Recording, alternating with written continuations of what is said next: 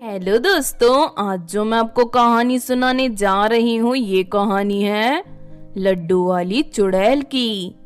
तो चलिए दोस्तों देखते हैं लड्डू वाली चुड़ैल की कहानी। दिनों शैतानपुर में चुनाव चल रहा था जिसमें जीतने वाली चुड़ैल को शैतानपुर की प्रधानमंत्री बनाया जाता था। फिर वोटों की गिनती के बाद हसीना चुड़ैल चुनाव जीत जाती है और उसे शैतानपुर की प्रधानमंत्री बना दिया जाता है। फिर कुछ दिनों बाद शैतानपुर की मेरे प्यारी चुड़ैल बहनों, मुझे लगता है कि बेकसूर मासूम इंसानों को मारकर खाना बहुत बुरी बात है। इसीलिए मैंने एक नया कानून बनाया है जिसके तहत अब से कोई भी चुड़ैल इंसानों को मारकर नहीं खाएगी। सभी चुड़ैलों को जानवरों का मांस खाकर अपना गुजारा करना होगा। अगर किसी भी चुड़ैल ने इस कानून को तोड़ा तो उसे कड़ी से कड़ी सजा दी जाएगी। टीना चुड़ैल का ये फैसला सुनकर लाली चुड़ैल को बहुत गुस्सा आता है क्योंकि उसे इंसानों का मांस खाना बहुत पसंद था। वो एक दिन भी इंसानों का मांस खाए बिना नहीं रह सकती थी।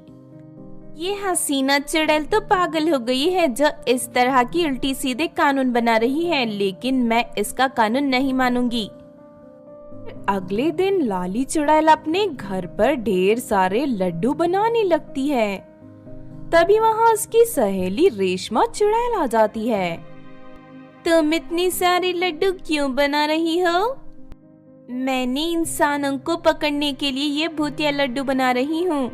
मेरे लड्डू खाते ही इंसान खुद ब खुद मेरे पास चले आएंगे और हसीना चुड़ैल को कानो कान खबर भी नहीं होगी। उसके बाद मैं रोज मजे से इंसानों का मांस खाया करूंगी।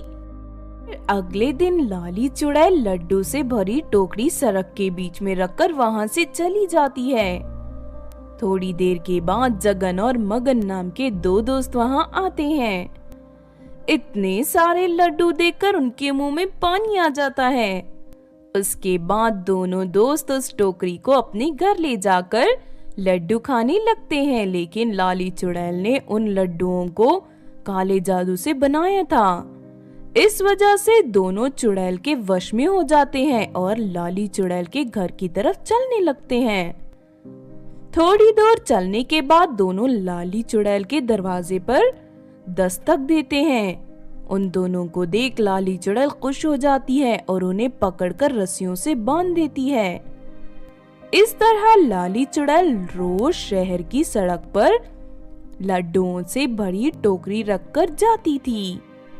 लड्डू की खुशबू से मोहित होकर वहां से गुजरने वाले इंसान अपने आप को रोक नहीं पाते और लड्डू को खाने के बाद वो चुड़ैल के वश में होकर उसके घर पहुंच जाते थे। इस तरह लाली चुड़ैल रोज मजे से इंसानों को मारकर उनका मांस खाने लगती है। फिर एक दिन लाली के घर उसकी सहेली रीटा चुड़ैल आती है। उसके घर में ढेर सारे इंसानों को बंधा हुआ देख वो हैरान रह जाती है। लाली, तुमने तो बहुत सारे इंसानों को कैद करके रखा है। अगर हसीना चुड़ैल को ये बात पता चल गई तो वो हमें नहीं छोड़ेगी। तभी वहाँ बंदी एक लड़की कहती है, चुड़ैल जी मुझे छोड़ दीजिए, मेरे घर पर मेरी अंधी माँ मेरा इंतजार कर रही होगी। अगर मैंने उसे खाना बनाकर नहीं खिलाया तो वो बेचारी भूखी रह जाएगी और कुछ दिनों में वो तड़प कर मर जाएगी। मेरे अलावा उसकी देखभाल करने के लिए कोई नहीं है। कहकर वो लड़की रोने लगती है। तभी वहाँ बंधा एक आदमी भी चुड़ैल से मिन्नती करने लगता है। प्लीज चुड़ैल दीदी मुझे छोड़ दीजिए, मेरे दो छोटे छोटे बच्चे हैं, मेरे परिवार की जिम्मेदारी मेरे ऊपर है। अगर आप मुझे मारकर खा जाएंगी तो वो बेसहारा हो जाएंगे। इस तरह वहाँ बंधे सभी लोग लाली चुड़ैल को अपनी मजबूरी बताने लगते हैं। उन सब की बातें सुनकर रीटा चुड़ैल को उन पर बहुत दया आती है। देख लाली, तुम इन सबको इसी वक्त छोड़ दो, ये सभी बेचारी मासूम लोग हैं।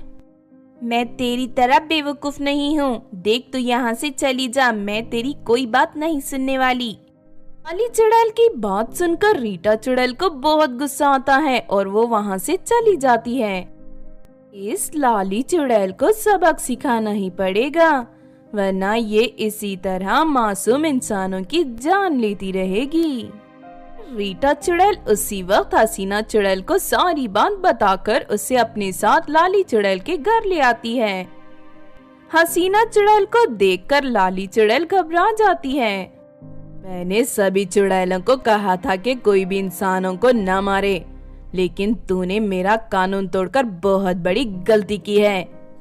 तेरे जैसी दुष्ट चुड़ैल को मैं फांसी पर लटका दूंगी ताकि दोबारा कोई चुड़ैल इंसानों को मारने की हिम्मत ना कर सके। ये बात हसीना चुड़ैल सभी इंसानों को आजाद कर देती है और फिर अगले दिन शैतानपुर के बीच चौराहे पर लाली चुड़ैल को फांसी पर लटका दिया जाता है। इस तरह उस बुरी चुड़ैल का अंत हो जाता है। तो आपने देखा दोस्तों लड्डू वाली चुड़ैल की कहानी। इस कहानी से हमें ये सीख मिलती है कि बुरे काम करने वाले और दूसरों को धोखा देने वाले का अंत हमेशा बुरा ही होता है। अगर ये कहानी आपको अच्छी लगी हो तो जरूर लाइक करें और हमारे चैनल छोटू टीवी को सब्सक्राइब भी कर लें। और हाँ दोस्तों, हमें कमेंट करके जरूर बताना कि आपको कहानी कैसी लगी।